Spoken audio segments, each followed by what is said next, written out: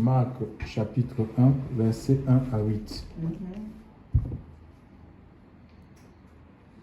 Le commencement de l'évangile de Yahushua Mashiach, selon qu'il est écrit dans les prophètes. Voici, moi, j'envoie mon messager devant ta face, lequel préparera ta voie devant toi. La voix de celui qui crie dans le désert, préparez le chemin du Seigneur, aplanissez ses sentiers. Yohanan vint, baptisant dans le désert et prêchant le baptême de repentance pour la rémission des péchés. Et tout le pays de Judée et les habitants de Jérusalem allaient vers lui, et confessant leurs péchés, ils se faisaient tous baptiser par lui dans le fleuve du Jordan.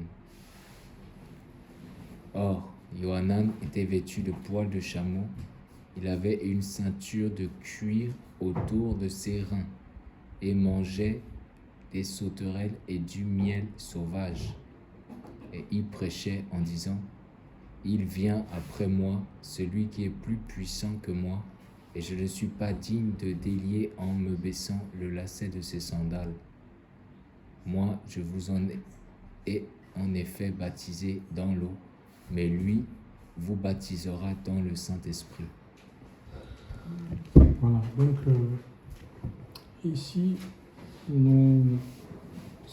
ce passage nous parle de deux types de baptême, d'accord? Il y a deux types de baptême et qui sont administrés par deux personnes distinctes, d'accord? Donc il y a le baptême d'eau administré par Jean, et Jean nous dit qu'il y a un autre baptême, il y a une autre personne qui vient et qu'il n'était pas digne de délier la courroie de ses souliers. C'est lui qui administre l'autre baptême là, le baptême du Saint-Esprit, le baptême dans le Saint-Esprit ou le baptême de feu. D'accord? Voilà. Donc, et le baptême, c'est quoi? Donc, si on va dans le baptême ou les baptêmes, l'Écriture nous parle des doctrines de baptême comme étant dans le livre de Hébreux, chapitre 6, ça fait partie des fondamentaux en fait. Tu comprends? Des fondamentaux, des choses des doctrines en fait. On parle des fondamentaux, ce sont les doctrines qui doivent être enseignées, prônées dans le royaume des cieux. Il y a deux types. Il y a le baptême d'eau, qui est un baptême par immersion et non par aspersion. Quand on parle de ce baptême-là, parce que le mot, si on va dans le grec, le mot baptême là veut dire baptizo. Baptizo, ça veut dire immerger quelqu'un dans un liquide, ou submerger. Quand tu es submergé, ça veut dire que tu es à l'intérieur. Dedans. Oui, tu es dedans. Ça veut dire immerger ou submerger. D'accord? Voilà, donc c'est dans un liquide. 1 Pierre 3, 21 nous dit que c'est un engagement d'une bonne conscience envers Dieu. D'accord? Le baptême, c'est un engagement d'une bonne conscience envers le Seigneur. Et on voit dans les... On a inventé des baptêmes. Quand on voit l'ordre de mission que les apôtres de Jésus ont reçu, c'est d'aller par tout le monde, de faire de toutes les nations les disciples, les baptisant au nom du Père, du Fils et du Saint-Esprit, et enseigne-les à observer les commandements. Donc on peut dire que la croyance ou la foi précède le baptême. Ce n'est pas le baptême avant la croyance ou la foi. Celui qui croira, dans le livre de Marc chapitre 16, 15, allez prêcher la bonne nouvelle à toute la création. Celui qui croira et qui sera baptisé sera sauvé. Voyez? Donc, on croit à un message pour accepter le baptême. Le baptême, c'est comme c'est une suite dans ce que nous avons reçu. Donc, un enfant qui n'a jamais écouté un message, ou n'est pas en capacité de discerner, d'analyser, on ne peut pas l'administrer. C'est un engagement d'une bonne conscience. Ça veut dire que c'est un engagement réfléchi. Tu as écouté, tu as pesé le pour et le contre. D'accord? Et tu te décides de manière délibérée à suivre le Seigneur. Et tout le monde doit, parce qu'on voit ici, dans ce passage de Marc là, que même Jésus-Christ, parce que si on lit le verset 9, on voit Jésus lui-même s'est rendu à Jean, et Jean s'y était opposé, parce que Dieu lui avait révélé, il savait que Jésus était plus grand, il avait un ministère plus élevé, chers frères et sœurs, que le sien. C'est pourquoi il s'est opposé, il ne voulait pas, mais le Seigneur va lui dire que laisse que nous accomplissions tout ce qui est juste. Dieu avait établi les choses de la sorte. Aujourd'hui, il y a beaucoup de personnes. Parce que imaginez un peu que le Seigneur lui-même tomba dans l'orgueil et dit non, mais attends, moi je ne peux pas me faire administrer, je ne peux pas accepter que Jean m'administre le baptême. Je viens quand même d'en haut, hein, et moi j'ai reçu l'Esprit sans mesure. Vous savez, il y a beaucoup d'enfants de Dieu, des chrétiens, qui sont dans la confusion en fait. Ils sont dans la confusion parce que Dieu peut leur montrer en fait leur devenir en fait. Ce qu'ils vont devenir, peut-être ils auront un ministère apostolique et il les met à côté de quelqu'un. Ça peut être un simple disciple. Regarde un peu, ça peut être un simple disciple pour être enseigné parce que Dieu a formé ce disciple-là. Il n'est même pas pasteur. Tu vois, non? On n'a pas besoin d'avoir une assemblée pour être... il ne faut pas être pasteur pour avoir une assemblée. Hein. C'est l'Esprit de Dieu qui nous donne des responsabilités en fait. Amen. Tu vois? Et Dieu peut t'amener, même ton appel, peut-être tu es appelé à quelqu'un qui est appelé à être très loin. Nous avons par exemple l'exemple du prophète Élisée. Élisée devait faire plus de choses qu'Élie en fait. Dieu peut te montrer ça. Élisée devait faire plus de choses. C'est-à-dire qu'il devait servir le Seigneur doublement en fait. Dieu devait faire des choses de manière double. Tu vois un peu, non? Contrairement à ce qu'il a fait avec le prophète Élie. Et on pouvait se réjouir comme ça, dire que mais Dieu m'a révélé, mais qu'est-ce que je vais faire à côté de Élie? Je n'ai pas besoin de ça. Et il y a des gens comme ça, ils sont assis chez eux, ils ont reçu des visions en fait. Tu vois, non? Une promesse de Dieu. Et ils pensent que la promesse va se réaliser comme ça en fait, en ne faisant rien, en se cloîtrant, en se cloisonnant, en n'écoutant même pas les anciens en fait, en ne se soumettant pas. Chers frères et sœurs, on a besoin d'être enseigné. La transmission du savoir, silence s'il vous plaît, la transmission du savoir passe par la formation. Dieu nous forme. On a besoin, oui, c'est l'Esprit de Dieu qui nous conduit et qui nous forme, mais l'Esprit de Dieu nous forme aussi. Par exemple, il va nous former de manière individuelle, personnelle, sans qu'il n'y ait la main de Dieu. Mais en même temps, il y a une autre partie de la formation que nous recevons. Qu'on le veuille ou pas, on reçoit des hommes. D'accord? Il y a une partie de la formation qu'on reçoit des hommes. Et que si on néglige ce côté-là, mais on sera comme on n'est pas complet en fait. On sera comme un étranger dans les choses de Dieu. C'est pourquoi on voit beaucoup de dégâts en fait. Hein. On voit beaucoup de dégâts dans le corps de Christ. On voit des gens qui sont immatures, ils se contentent seulement parce qu'ils ont un don, ils veulent exercer. C'est pas parce que tu as le don de prophétie ou le don des paroles de connaissance, machin, que tu vas dire, maintenant tu peux former l'église. Est-ce que tu connais le cœur de l'homme? Dieu doit t'enseigner par rapport à l'homme, à ce qu'est l'homme. Et ça, c'est auprès de quelqu'un. Tu verras comment il va prendre des décisions. Parfois des décisions difficiles. Ça va créer des automatismes en toi. Tu dois voir, tu n'as jamais été face à un démon, comment les démons se manifestent, les délivrances et tout. Il faut que tu sois à côté de quelqu'un pour voir comment ça se passe. Si tu te contentes de dire que oui, j'ai mon don, je peux mais tu vas être dans la... Beaucoup sont confus, c'est pourquoi ils se retrouvent... La personne a couru, à un moment donné, on n'entend plus parler. C'est comme ça. C'est pourquoi Élisée était à côté pour recevoir des conseils, parce qu'ils étaient, le Seigneur les dit, même les apôtres de Jésus. Les apôtres, ils ont été formés par le Seigneur, l'enseignement. Il les a enseignés. Après, ils ont été quoi? Revêtus de l'Esprit. Il leur a dit que c'était avantageux qu'ils s'en aillent, parce que s'il ne s'en va pas, ils n'auront pas le consolateur ne viendra pas. Et que c'était une nécessité pour eux pour continuer son ministère, pour être efficace dans le ministère. Ils ont été formés pendant 3 ans par des hommes. Donc Dieu, on a besoin des hommes, hein. Même les bénédictions que nous recevons là, ça passe par des hommes. Hein.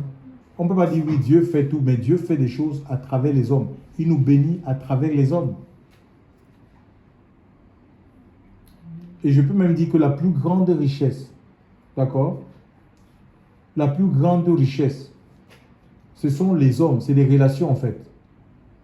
D'accord? Parce que en fait, les relations, c'est un peu comme la monnaie. Il y a un prédicateur qui le disait, et c'est la vérité. Les relations, c'est comme la monnaie en fait. Les relations achètent ce que l'argent peut acheter. Mais les relations aussi peuvent acheter ce que l'argent ne peut pas, parce que l'argent est limité en fait. Il y a des choses que l'argent ne peut pas acheter, mais que parce que tu as des relations, tu peux obtenir ces choses. Et tu peux obtenir certaines choses parce que tu as des relations sans débourser de l'argent, alors qu'il fallait payer, mais parce que tu as des relations, tu ne payes pas. Donc les relations sont importantes. Alléluia.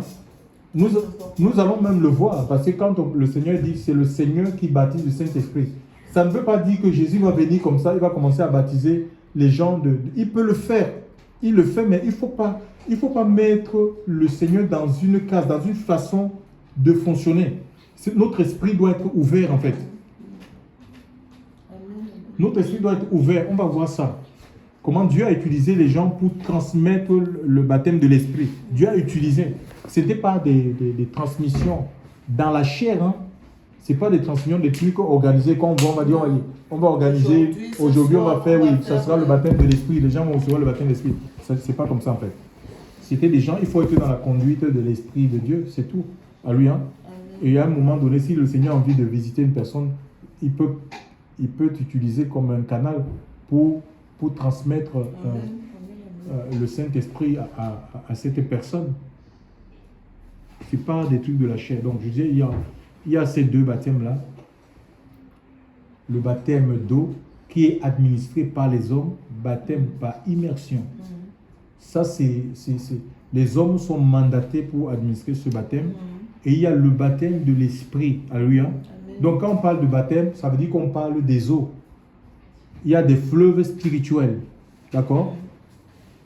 Il y a des fleuves. On baptise dans un liquide. Donc ça veut dire qu'il y a des fleuves de l'esprit. Ézéchiel 47, on a ça dans... il y a Apocalypse, quand on lit Apocalypse 22, le Seigneur que celui qui a soif prenne l'eau de la vie gratuitement. Ça veut dire qu'il y a des eaux spirituelles. D'accord? Comme vous voyez des feux naturels, il y a des feux spirituels. D'accord? Il y a des feux spirituels. On peut lire un peu Daniel 7, verset 9 à 12.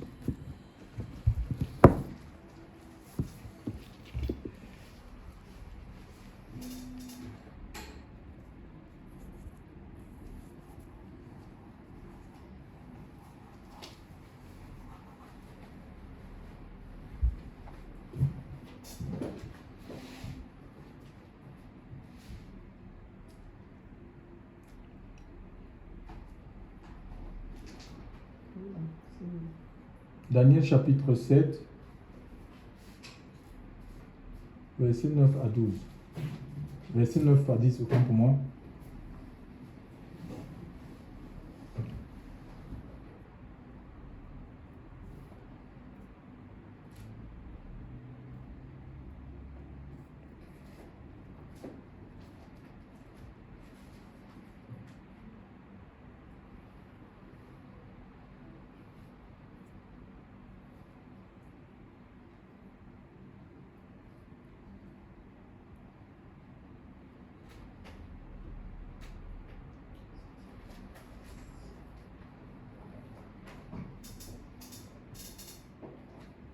Daniel.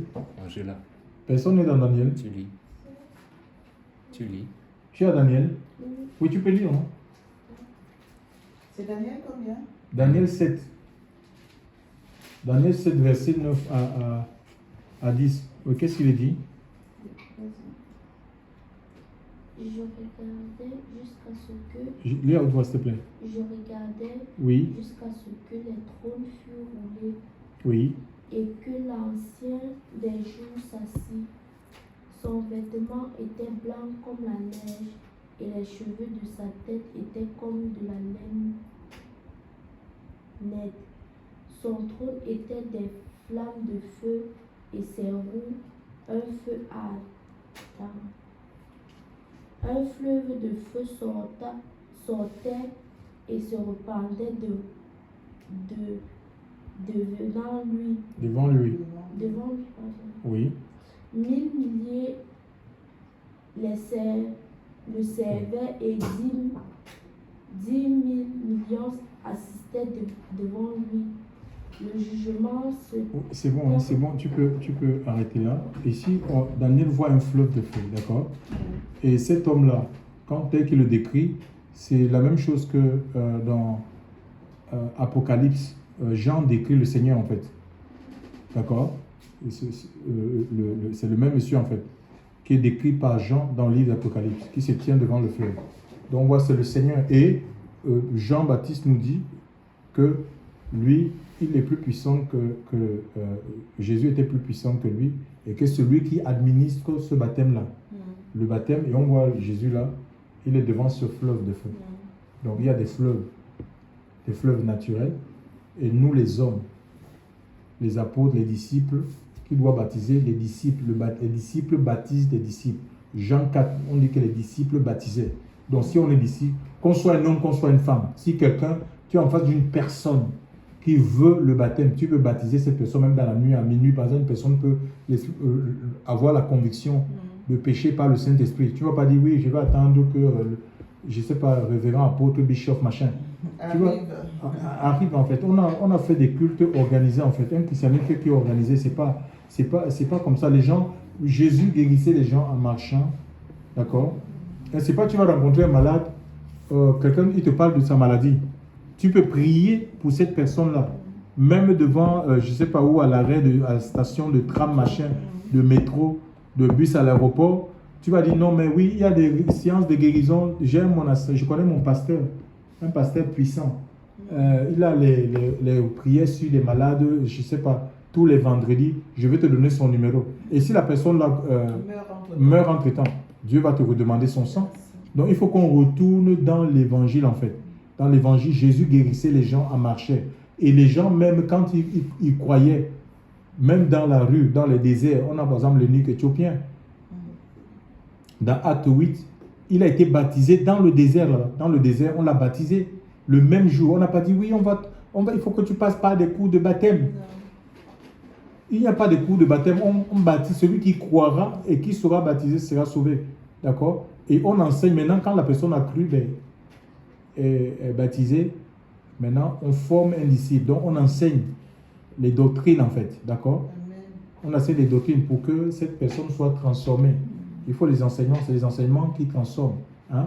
Le plus grand besoin d'un nouveau croyant, c'est la transformation. C'est la transformation qui nous rend comme Christ. On devient comme Christ. Alléluia. Comme le Seigneur, c'est la transformation. Et le besoin du non-croyant, c'est le salut. C'est la rencontre avec le Seigneur. Tout non-croyant a besoin de rencontrer Jésus. D'accord? Le plus beau cadeau que vous pouvez donner à une personne, le plus beau cadeau que vous pouvez donner à une personne, ce n'est pas les cadeaux d'anniversaire. C'est le Seigneur. Hein? Parce que s'il a Christ, il aura tout en fait.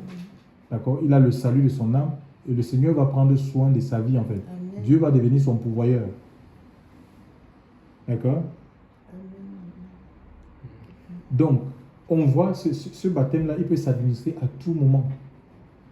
Parce que ça, c'est les hommes qui sont mandatés, les disciples qui sont mandatés pour administrer ce baptême-là. Jean, car les disciples, on n'a pas besoin d'être pasteur, apôtre, prophète pour baptiser une personne. J'ai dit bien disciple, c'est écrit Jean 4. Les disciples baptisaient. Alléluia. C'est comme ça, un disciple baptise un disciple. Et nous avons, bon, pour les gens qui doutent, qui ont des doutes sur ce que je suis en train de dire, il y a Acte chapitre 9, qui a baptisé l'apôtre Paul?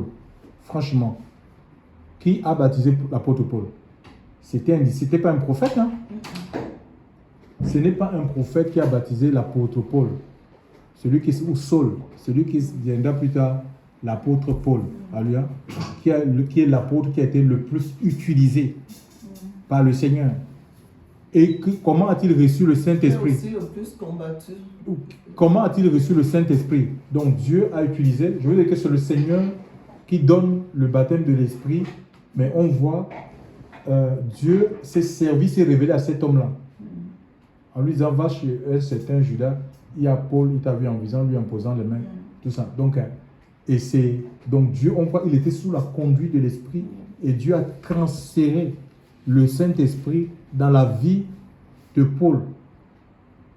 Mais Paul, à travers un disciple, Ananias, d'accord? Donc Dieu se sert des disciples en fait. Donc il ne faut pas développer les complexes d'infériorité. Il faut que je sois, je ne sais pas, bishop, il faut que je sois un cardinal. Jean 14 nous dit que celui qui croit en moi fera les œuvres que j'ai faites. Il en fera de plus grandes. Celui qui croit en moi. Parce que je vais au Père. Les gens qui croient au Seigneur, ils sont revêtus de l'Esprit de Dieu. Ils ont le revêtement de puissance, le manteau du Seigneur. Et Dieu peut se servir d'eux dans la puissance de son esprit. C'était un disciple. Alléluia. Le Seigneur, et pour lui, ça va être Dieu pour humilier Paul. Paul, c'était quelqu'un, c'était un rabbin. Un rabbin, imaginez, Dieu va utiliser un disciple en fait. Pour lui donner le recouvrement de vue, le baptême de l'esprit et le baptême d'eau. Donc voilà. Mais c'est le Seigneur qui se conduit. Cet homme-là, il a entendu le Seigneur lui dire que va administrer ce baptême en fait. D'accord? Il a reçu l'Esprit de Dieu. Et nous avons aussi, par exemple, donc Dieu peut utiliser les impositions des mains d'un homme, d'un tiers, pour transférer le Saint-Esprit, d'accord? Ou tout comme il peut se passer, par exemple, à la Pentecôte, les gens, ils priaient, ils ne se sont pas mis à s'imposer les mains dans Acte 2, et l'Esprit de Dieu est descendu dans cette chambre au-delà, juste en priant, et même dans aussi Acte 12, pareil, ils étaient en train de prier par rapport à la persécution et tout, parce qu'ils avaient peur. On est dans la chair, hein. Et en priant, l'Écriture dit que le lieu sur lequel ils étaient a tremblé et ils furent à nouveau remplis et ils se mirent à prêcher avec l'assurance. Donc la peur les avait quittés. L'Esprit de Dieu avait enlevé la peur de la persécution dans leur cœur et ils ont eu l'assurance pour continuer à prêcher malgré la persécution. Il y a des gens, on entend souvent certaines personnes qui sont en train de dire « Oh, vraiment l'Église va passer par les persécutions. » Oui, mais l'Église qui est persécutée, c'est une Église qui va plus s'approcher de Dieu. Parce qu'elle aura peur. Donc la seule option, c'est vraiment se tourner, c'est quitter les futilités, la superficialité, la légèreté, pour vraiment chercher Dieu, s'attacher à Dieu. Et là, en cherchant le Seigneur, on va recevoir de lui. On va être ressourcé pour pouvoir continuer à faire son œuvre. Et l'œuvre de Dieu grandit à travers la persécution, en fait. L'œuvre de Dieu grandit, où on peut liser bien Actes des Apôtres. Vous voyez que la persécution, ça disperse, et le message est prêché. Ça empêche qu'on fasse des religions, en fait. Qu'on établisse des religions, en fait. On veut rester tous. Non, restons tous ensemble, on est bien ici, en fait. De construire, ça évite qu'on construise des tours de Babel. Tu vois? Les dénominations, on est bien ici, tout le monde, on resté là pendant 40 ans. Et à se regarder, à s'encenser entre nous. Non. Le Seigneur avait dit à ses disciples, vous recevrez une puissance, le Saint-Esprit sur nous, et vous serez mes témoins à Jérusalem. Là. Il avait commencé à Jérusalem, Judée, Samarie, il a dit jusqu'aux extrémités de la terre. Mais eux, quand ils ont reçu le baptême de l'Esprit, ils sont restés à Jérusalem. Donc, et Dieu va utiliser la persécution pour les disperser, pour obéir, pour répondre à leur démission. C'est comme ça, en fait. Tu vois?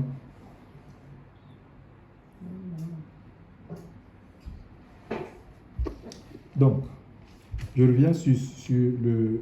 donc, on parle on a parlé de... donc, il n'y a pas de programme pour baptiser des gens, en fait. Au moment où les gens ils ressentent le besoin, où ils croient au Seigneur, on doit aussitôt, oui, on doit les baptiser. D'accord? Et en ce qui concerne le baptême de l'Esprit, c'est le Seigneur qui l'administre. Donc, il peut le faire, tu vois, de manière personnelle, entre toi et lui. Mais aussi, il peut se servir des gens pour l'administrer, en fait. D'accord? Il faut tout simplement qu'on soit disponible, en fait. C'est pas que c'est des gens qui vont essayer d'organiser que nous allons maintenant, parce qu'on est apôtre, on va vous donner le baptême du Saint-Esprit. Non. D'accord? C'est Dieu qui conduit ces personnes. Et quand on voit la vie des apôtres, c'était des gens qui étaient sous la conduite de l'Esprit. Hein. On voit même des résurrections. Ce n'est pas des gens qui se lèvent comme ça, ils ressuscitent les morts. Dorcas fut ressuscité par l'apôtre Pierre. Mais parce qu'il a entendu la sortie de Jésus. Parce que tu entends une voix, l'Esprit de Dieu parle. Hein. C'est l'Esprit qui parle. Il va te dire qu'il ressuscite cette personne. Demande à cette personne de se réveiller. Tu vois, il y a certains détails qui ne sont pas donnés. Et les gens disent, oui, on a vu des gens, on a montré une vidéo où les gens étaient en train de tourner sur un banc. Ils sont en train de parler en langue, mais c'était comme un spectacle. Les païens qui étaient là comme ça, ils les regardaient comme... ils étaient en train de faire, de crier, parler, réveille-toi, réveille-toi. Il y a un même qui tapait ce mot. Il tapait ce mot, il soufflait dans la bouche du mot, il n'y a rien. Après la femme, comme il n'y a pas eu de résolution, elle disait, j'ai fait ma part, j'ai fait ma part. Le Seigneur va faire. Mais tu te rends compte? Est-ce que vous avez reçu que ce mot va ressusciter? Il faut recevoir ça en fait. Est-ce que vous avez reçu la pensée de la résurrection, la pensée du Seigneur concernant la situation où vous vous mettez à déclarer des choses dans la chair? Quand on parle de prophétiser, c'est parler selon l'esprit. C'est Dieu qui te donne, qui te demande de prophétiser. Fils de l'homme, est-ce que ces eaux peuvent-ils revivre? Seigneur, tu le sais. Il va dire prophétise. Il entend, le Seigneur dit prophétise, et puis les eaux sont bien sûr rassemblées. Tu vois, non, où c'est devenu, je parle de la vallée doucement, hein, avec le prophète Ézéchiel. Tu vois, c'est sous l'ordre de Dieu. C'est pas le cinéma en fait. Déjà, on est tombé dans le cinéma et ça crée le ridicule. Les assemblées sont devenues, c'est des lieux de nuisance en fait pour la société. C'est du n'importe quoi. Tu n'as pas reçu la conviction que cette personne va ressusciter. Tu te mets sur quelle base? Tu bloques. J'ai vu des gens bloquer des morts. Nous-mêmes, on a connu ça en fait, ici à Montpellier. Des enfants qui ont bloqué leur maman qui était morte. Dans la maison, on dit que non, on ne doit pas l'enterrer. Une cité universitaire. Oui, bloquer leur maman, que la maman est morte, que jamais elle va ressusciter. Ils se sont mis à prier. Le corps a commencé à pourrir et tout ça. Donc les pompiers sont venus. Je suis venu leur dire que mais il faut arrêter ça. Il faut arrêter ça. Que si votre maman doit ressusciter, même si elle va à la morgue, Dieu est capable de ressusciter cette maman à la mort. Même si ce n'est pas à la morgue et qu'on est en train de l'envoyer en terre. On a l'exemple, le fils de la veuve de Naïm. On était en train d'enterrer la veuve. Que Dieu est capable d'opérer. Même si elle est déjà enterrée. Nous avons le prophète Élisée. Il y avait un mort. Donc, il y avait une guerre. Dans le livre du prophète Élisée, Élisée était mort. Hein. Il était mort et on a pris... il y a un corps. Comme il y avait des ennemis qui étaient en train de venir, ils ont pris le corps de quelqu'un et ils ont jeté dans la fosse du prophète Élisée. Et ce corps-là est rentré en contact avec les eaux. Et ce mort s'est réveillé, il est ressuscité. Donc on ne peut pas conditionner les gens dire que oui, tu dois le faire comme le mot là, mais si tu ne le fais pas, on n'enterre pas. Non, même si vous enterrez, le Seigneur est capable de ressusciter cette personne, même si cette personne a la mort. On a des témoignages hein, au Nigeria, des choses que Ronald Bonka a fait. Il y a ressuscité des gens qui étaient dans la morgue en fait, qui sont revenus à la vie. Il y a des témoignages de ce genre. Donc Dieu ressuscite des morts. C'est lui qui le fait. C'est pas des trucs on est dans un fonctionnement qui est complètement charnel. Il faut être partenaire avec le Saint-Esprit. D'accord? Les gens qui vont réussir leur parcours là, le parcours spirituel, frère, il faut être en partenariat avec l'Esprit de Dieu. Écouter ce que le Saint-Esprit te dit et agir en conséquence. C'est ça qui va faire ta vie. C'est pas que tu vas initier des choses comme ça et tu vas dire Saint-Esprit, allez, viens. Mais c'est pas notre copain en fait. D'accord? L'Esprit de Dieu, c'est pas notre copain en fait. Hein.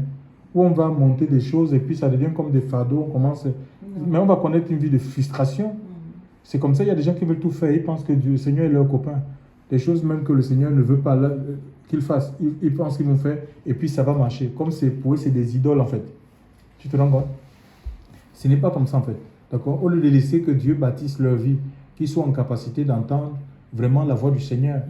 Que la voix de Dieu devienne un peu plus audible comme vous m'entendez là. On peut entendre Dieu comme... C'est comme ça en fait. Et ça rassure hein, parce que le monde fait tellement peur. Hein? Que tu as quelqu'un qui peut te parler de ton avenir, ton devenir, que tu es au courant des situations, il t'alerte sur les dangers, mais ça te met en sécurité. Tu vas être dans le repos. Tu vas être dans le repos, en fait. Hein.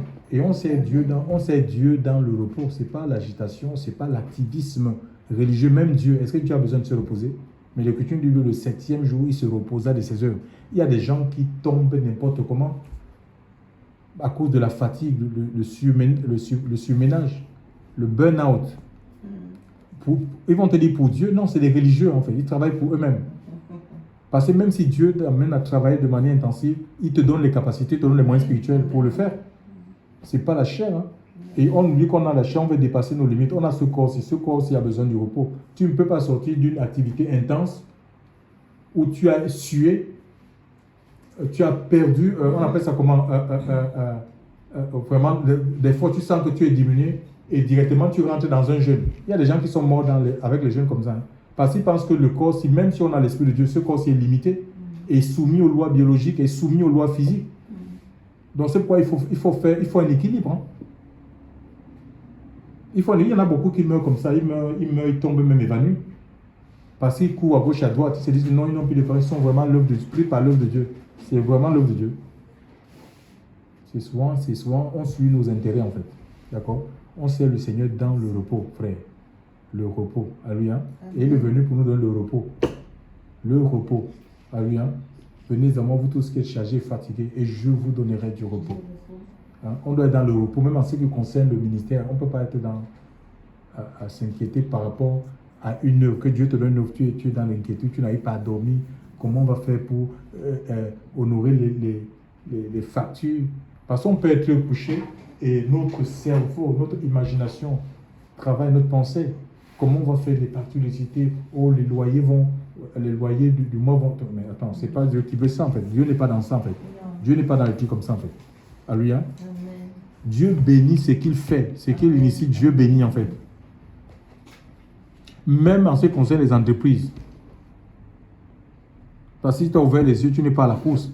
De toute façon, tu vas emporter quoi? Rien. Tu ne peux pas être à la course de ce monde, hein? Enfant de Dieu. Ah, Jésus de Nazareth. Donc, voilà, ici, je reviens un peu. On va lire, par exemple, dans Acte. On va lire Acte 10, 44. Hein? On va voir comment le message d'évangile est prêché. Donc, et il faut savoir qu'on peut recevoir le baptême de l'esprit, même si on n'est pas encore baptisé, parce qu'on est au contact de la parole, d'accord? De quelqu'un qui prêche, oui. Donc, Dieu peut baptiser du Saint-Esprit comme ça, les gens, même s'ils n'ont pas pris le baptême en fait.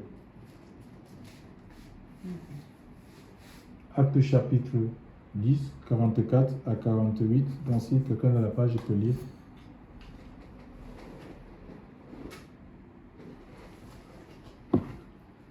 Comme Pierre Non, acte quoi? Acte 10, 38. Acte 10, 44 à 48. D'accord, c'est bon. Merci.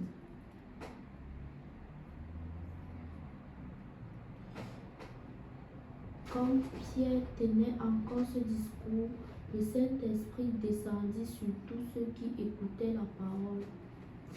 Mais les fidèles de la circoncision... Donc tu vois, le Saint-Esprit est descendu sur... Il n'y a pas eu une intervention humaine. La parole est prêchée et l'Esprit de Dieu est descendu sur l'auditoire. Amen. Oui. Qui était venu avec Pierre s'étonnait de ce que le don du Saint-Esprit était aussi répandu sur les gentils. Car Donc les gentils, ce sont les païens en fait. D'accord? Oui, vas-y. Car il les entendait parler diverses langues et glorifier Dieu. Alors Pierre prenant la parole dit: qu'est-ce qui pourra s'opposer à ce que ceux-ci qui ont reçu comme le Saint-Esprit ne soient baptisés d'eau? Il commanda donc qu'il fût baptisé au nom du Seigneur. Alors il le prie de demeurer là quelques jours. Oui, on voit ici. On dit on ne peut pas refuser de l'eau aux gens qui ont reçu le baptême de l'esprit, d'accord? Et on va voir, donc, parce que c'est ensemble. Même quelqu'un qui a reçu le baptême, il va dire, mais il ne va pas refuser le baptême d'eau, le baptême par immersion, d'accord? Et on va les baptiser, en fait, d'accord? Au même instant, on n'a pas dit, on ne voit pas Paul en train de vouloir organiser les cours de baptême. Nous avons aussi acte 16. Acte 16 dans la nuit, d'accord? Dans la même nuit, dans acte 16, le geôlier et toute sa famille ont été, parce qu'ils ont cru, en posant la question, qu'est-ce qu'on doit faire par rapport au miracle que le Seigneur avait accompli, les fondements de la prison qui sont ébranlés parce que Barnabas, l'apôtre Paul et Barnabas étaient en train de prier Dieu. Ils étaient emprisonnés, tu vois, et Dieu va se servir de cette épreuve-là pour gagner le geôlier ainsi que toute sa famille. Et la même nuit, donc on a baptisé cette famille-là, oui, et toute sa maison, dans la nuit. Donc Paul n'a pas dit attendons le lever du jour. Non, dans la nuit. Alléluia. Donc il faut qu'on retourne. C'est l'œuvre du Seigneur en fait. Nous on a fini de construire des églises et on a mis avec des systèmes, des façons de faire. Le Seigneur nous a jamais dit de construire une église. Hein. Est-ce que Jésus a construit une église, un truc physique? Non. Il a dit je bâtirai mon église. L'église c'est une entité spirituelle en fait qui est appelée à naître pour s'opposer au monde en fait, pour révéler Dieu en fait. Pour révéler Dieu par notre vie en fait, parce que le monde est dans les ténèbres et c'est la lumière en fait. Et il n'y a que la lumière qui pour dissiper les ténèbres en fait. Hein? C'est la lumière qui dissipe, donc et vous êtes lumière, vous êtes sel de la terre. Hein? Le sel c'est pour donner le goût. Hein? C'est pour donner non seulement le goût, mais le sel c'est un conservateur. Ça empêche le pourrissement des aliments. Hein, dans les pays où les gens n'ont pas la capacité de s'offrir des réfrigérateurs hautes, ils utilisent le sel pour conserver par exemple le poisson, pour conserver la viande. Et le Seigneur dit que toute chair sera salée de feu ou de son esprit. C'est l'Esprit de Dieu qui empêche le pourrissement de nos vies par le péché. Hein, si on ne veut pas pourrir dans le péché, on a besoin de ce conservateur-là, le Saint-Esprit en nous, qui nous garde dans la sainteté, dans la pureté, dans un monde de saleté, de souillure, de péché.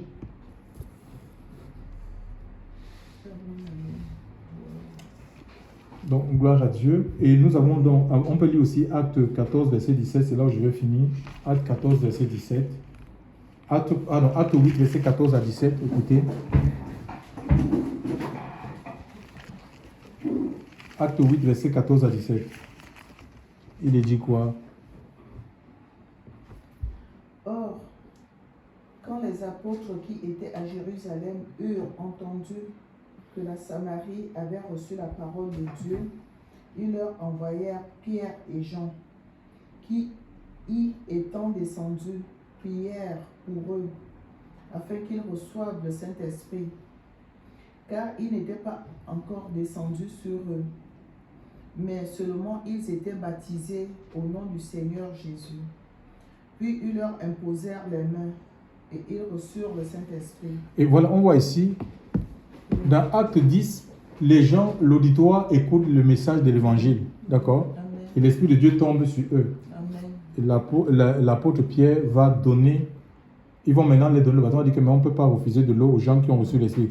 Le même Pierre, dans Acte 8, il est envoyé, là il est envoyé, parce qu'il y a un évangéliste, l'évangéliste Philippe qui a prêché, et les gens ont cru, mais ils n'avaient pas reçu le baptême de l'Esprit. Et ils vont partir, ils vont prier, et sous l'inspiration de Dieu, ils vont imposer les mains pour qu'ils reçoivent le Saint-Esprit. Vous voyez un peu? Donc on peut recevoir avant ou après, d'accord? Mais c'est Dieu qui conduit en fait. Ce n'est pas des trucs qu'on peut organiser vraiment dans la chair. Il faut qu'on retourne dans les Écritures, dans la simplicité des Écritures, et Dieu va se servir. Et normalement, chaque enfant de Dieu, on a besoin de l'Esprit de Dieu en fait, pour vivre dans ce monde. Hein. On a besoin du Saint-Esprit pour accomplir les œuvres de Dieu. Alléluia. Pour entrer dans les projets du Seigneur. Donc c'est l'Esprit de Dieu incontournable. C'est lui qui nous conduit dans la vérité. Alléluia. C'est lui qui parfait nos vies en fait. D'accord? Et c'est lui qui nous a la force de résister au mal, à la tentation. C'est le Saint-Esprit, c'est pas autre chose. Alléluia, c'est pas un homme. Et plus c'est l'Esprit de Dieu qui nous révèle Dieu. Et plus on laisse l'Esprit de Dieu prendre place en nous, nous irons d'illumination en illumination. Alléluia. C'est l'Esprit de Dieu qui nous amène à comprendre les Saintes Écritures. Gloire à Dieu. Merci Seigneur, on va prier que le Seigneur continue à nous visiter, à nous toucher à nous oindre, au Seigneur, ta grâce, Seigneur. Nous te bénissons, Seigneur, encore en ce matin, Seigneur. Ta parole, c'est la vérité, Seigneur Dieu Père. Mon Dieu, mon Père, nous prions, Seigneur, alors que nous sommes assemblés dans ce lieu. Seigneur, mon Dieu, mon Père, Seigneur,